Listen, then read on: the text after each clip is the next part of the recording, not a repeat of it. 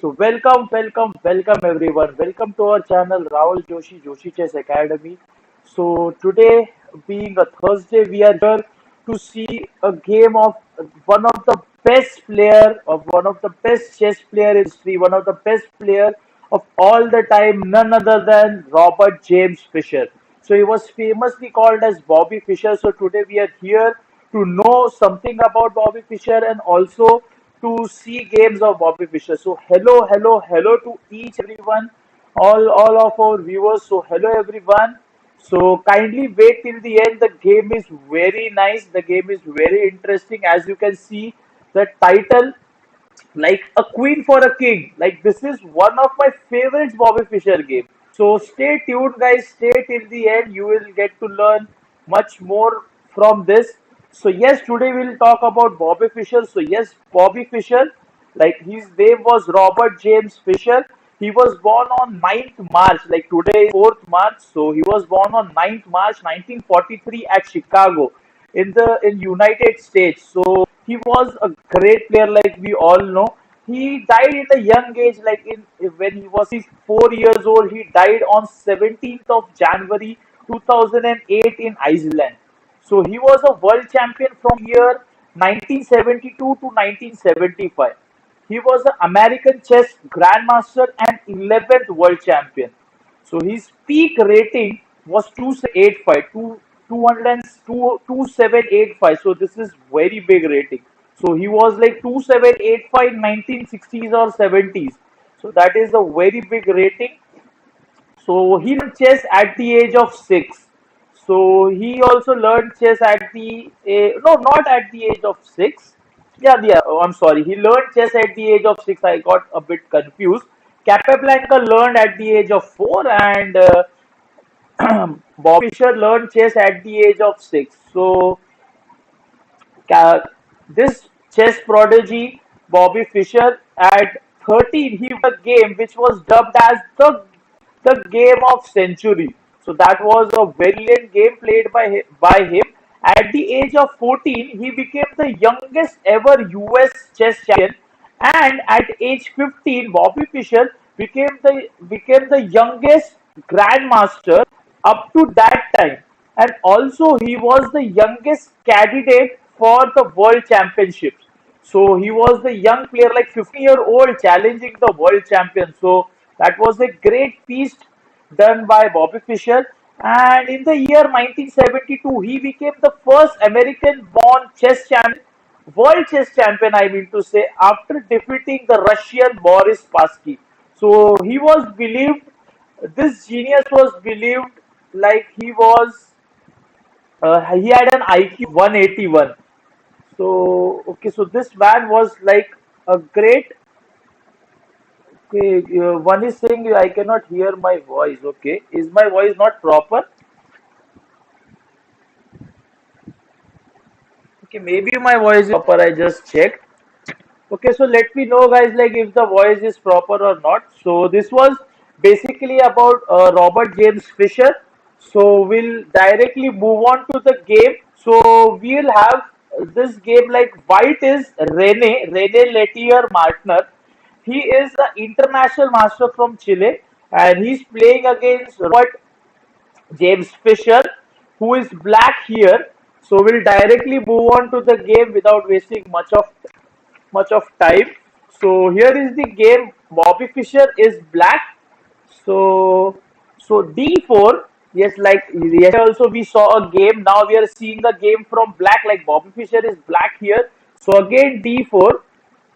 If you are saying my voice is not clear, I don't understand. I just checked maybe. Maybe you guys can just refresh it because I feel the voice is proper. I just checked from the different system as well. So I'll just check again. Just let me know if my voice is proper. Okay, so going back towards the game. So Bobby Fischer is black here, and Mr. International Master from Chile, that is Mr. Ray, is white here. So he played d4, and then black played knight f6. So interesting d4, knight f6, then c4, And here black played the King's Indian Defense, like KID, King's Indian Defense played here. So you'll also have an idea of KID today, like King's in Defense. So G6, Knight C3, normal opening, BG7, E4, castles. Okay, here now white has several options. This is the normal book like everything. This is a book variation, or you can say a proper opening which is played. So, okay, so this is the opening here.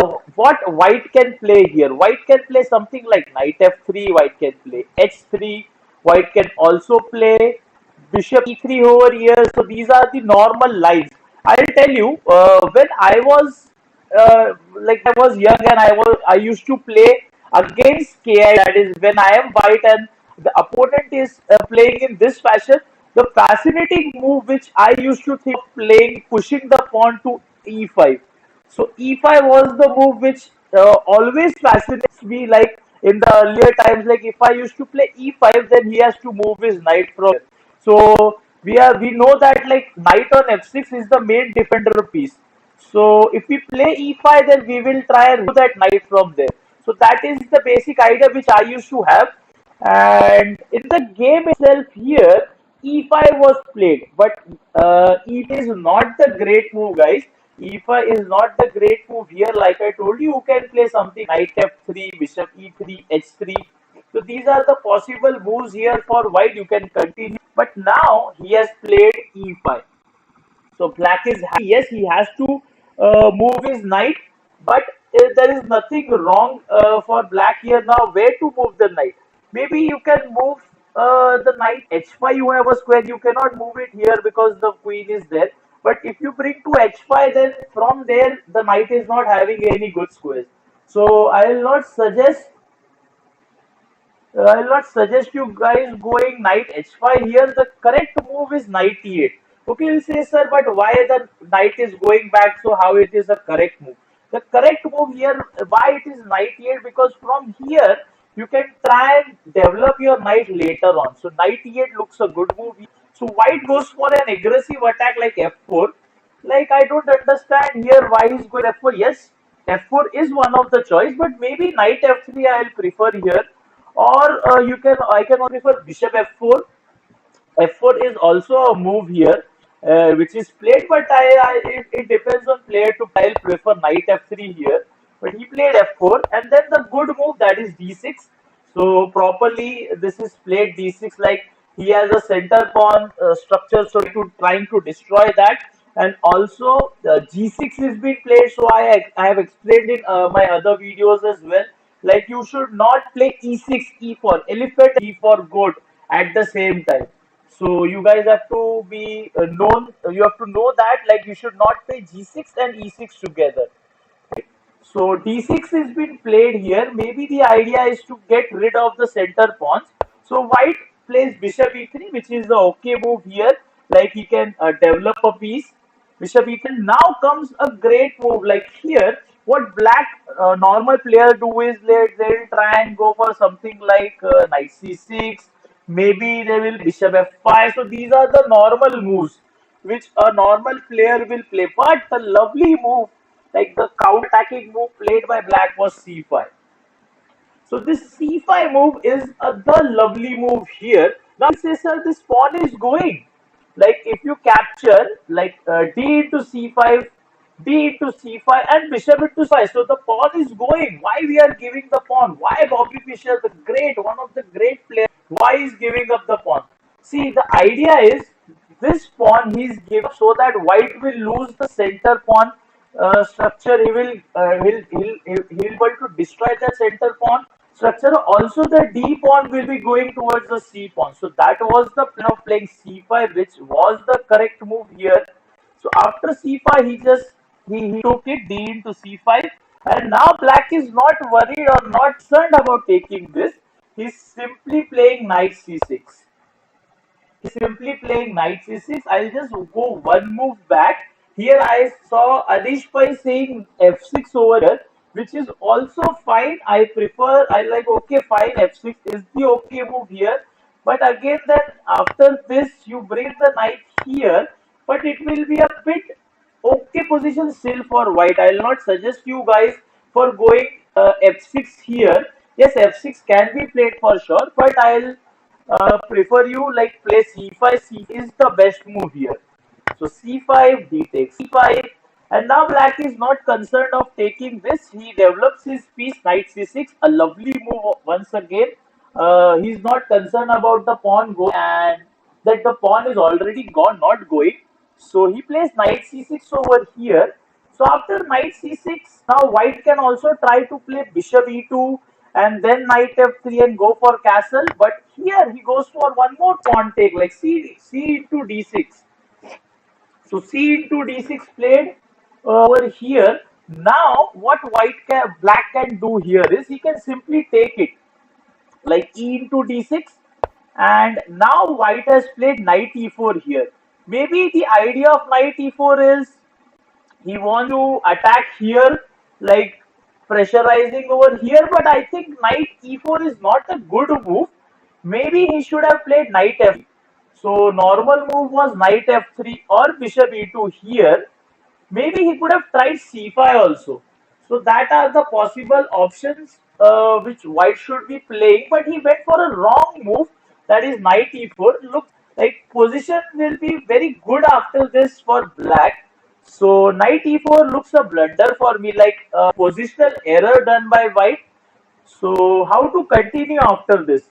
So now black has castled it. Black has only these two pieces left to develop. Like knight is also yet to develop and bishop.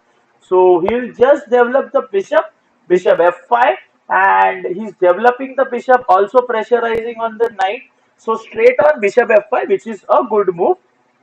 So now after bishop f5, now what can be done here? Like he can play something like knight into d5. That is a possible move here.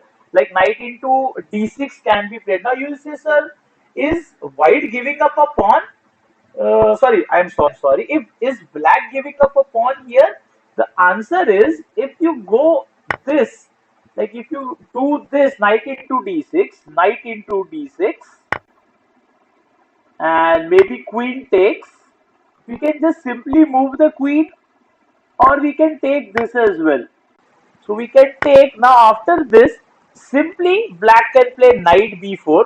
So black is a pawn down. Totally agree. Black is a pawn down, but he has a lot of compensation for this pawn. He has two great bishops which is attacking over here, and this threat is also coming up. So for the pawn, like black is a pawn down here in this position, but completely he has a good compensation over here.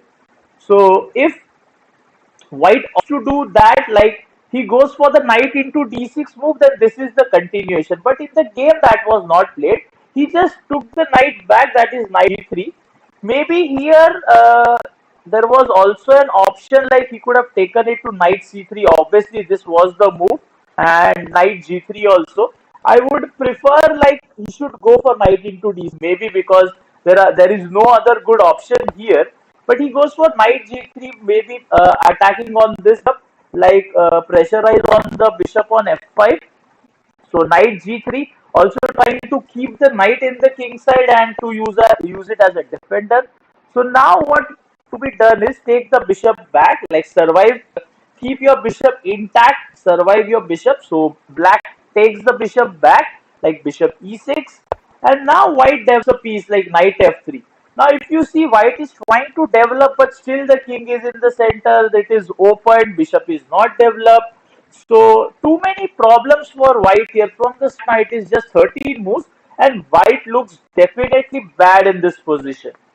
So knight f3, I'm sorry. So after knight f3, how black can continue? Black can take this like d into c5, d into 5. This could be played, or black can play queen c7. So he goes for that, queen c7, trying to the queen, and then after he moves the knight, he can connect the rooks. So that is the plan. And now here, what white can play is white can attack f5, planning for f6. That is one option which white can play here. Even he can play something like bishop c1, trying to then attack here by moving f5. So these are the few plans Also, maybe bishop e2 is possible here so that he can castle at one point of time. But he played a very awkward move like queen b1. I did not understand why did he play this move queen b1? Like he is blocking his own rook. The rook is not going anywhere, and mainly the point was to support. But again, a very strange move, guys, from white here. Not a good move from an international master from Chile. So this was not a good move here, like queen b1. So after queen b1, how to continue? Okay, I will ask the guys here who are watching the video, kindly tell me like what black will play. So it is black. You tell guys like how black should continue over here. So take your time. You can watch the video later on. If you are watching after live, that also you can do it. Just think how black should continue here. This knight is still not developed, but yes, it will be developed very soon. So now it is black's chance. So I want you guys to tell the moves. So kindly like the channel, the stream, guys, and also subscribe to our channel if you are new here. Don't forget to like before going. So tell me the move, guys. Come on. Move will be played from black here. What you guys feel? How black should continue? I will give you few options. Like he can play rook d8, he can take, okay, not this. He can play rook d8, he can take this one. He can also play bishop 7. So there are 2 3 options possible here for black. Okay, people are saying queen a5. Okay, queen a5. Maybe queen a5 check will not help that much because I will play bishop d2 and then again you have to move your queen. So queen a5 check is wrong. Queen a5 check is not a good option here. I will not prefer you guys playing queen a5. So what is the good option? Play simple chess. Get this. Your pawn down.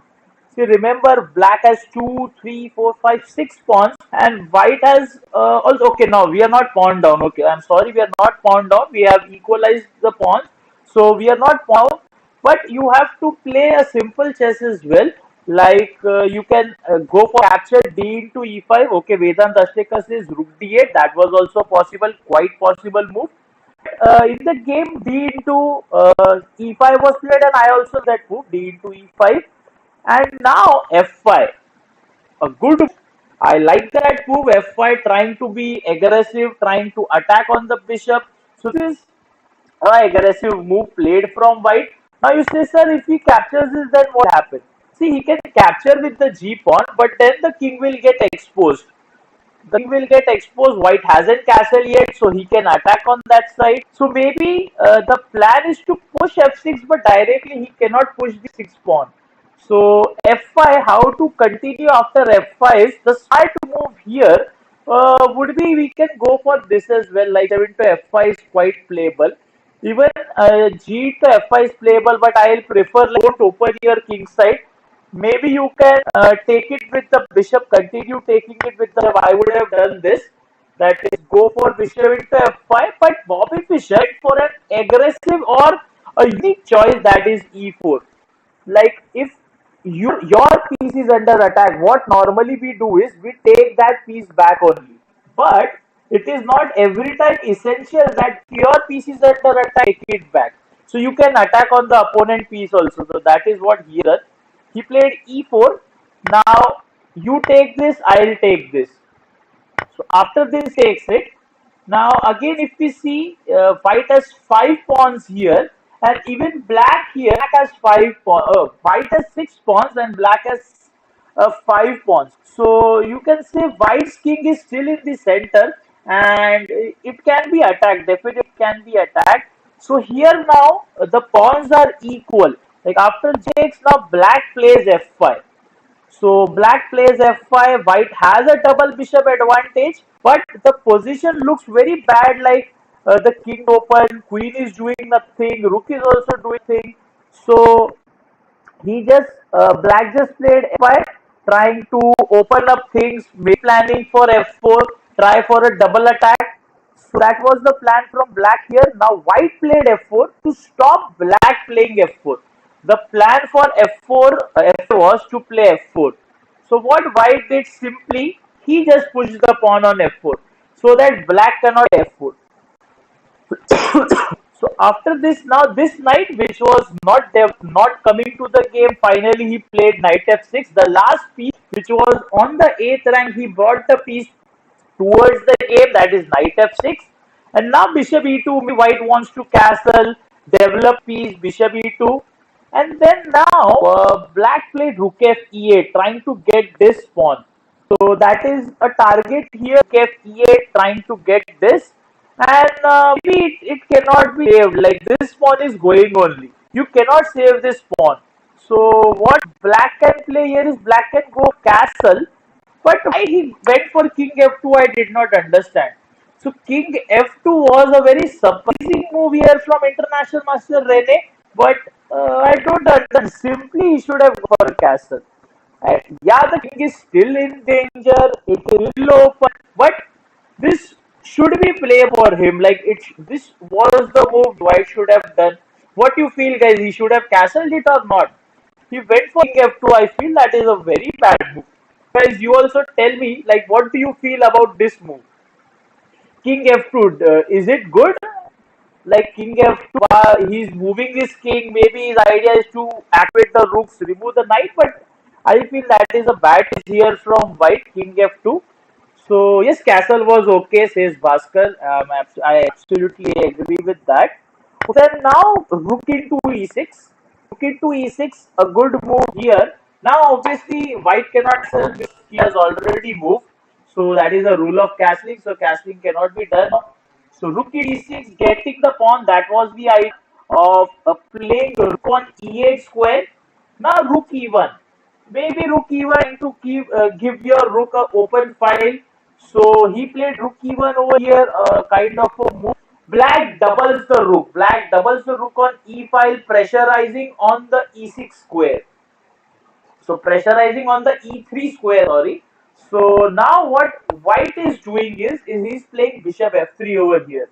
So bishop f3 is doing okay. Anish Pai says castle and king g2 is both wrong. See king f2, not king 2, it is king f2. King f2 is definitely wrong. Castle position is only bad, guys, for white. So if you want to compare king f2 and castle, so castle first. Like castle, the position is only bad, so you play anything, it is going to be bad only. So the castle was the good choice to go on, but it king f2. Okay, now comes the move, like the great move here. So it is black to play. So if you are watching it live, you can write it in the chat. What should black play here? Write it, guys. I want to know what you are feeling here. And if you are watching it after the live, guys, you can just pause it and then you can try to find the answer. If you get this right with full plan, you are a great player. So you have found a move with which Bobby Fischer has played. So it will be very nice. Just try, guys. So what black play over here? Okay, Adrian Wong has given one option. So okay, Adrian, you have a very good option here. Like I think Adrian has already calculated it, and this is the lovely, lovely continuation, guys. Like rook into e3. This sacrifice was very nice. So rook into e3, and how this is a sacrifice, we will just see. So rook into e3, and then rook into e3. So yes, everyone is saying rook into e3. Yes, this was the move, guys. Now this rook is very poisonous. Like you take it, you are gone. You're dead because you will then realize that suddenly you are checkmate.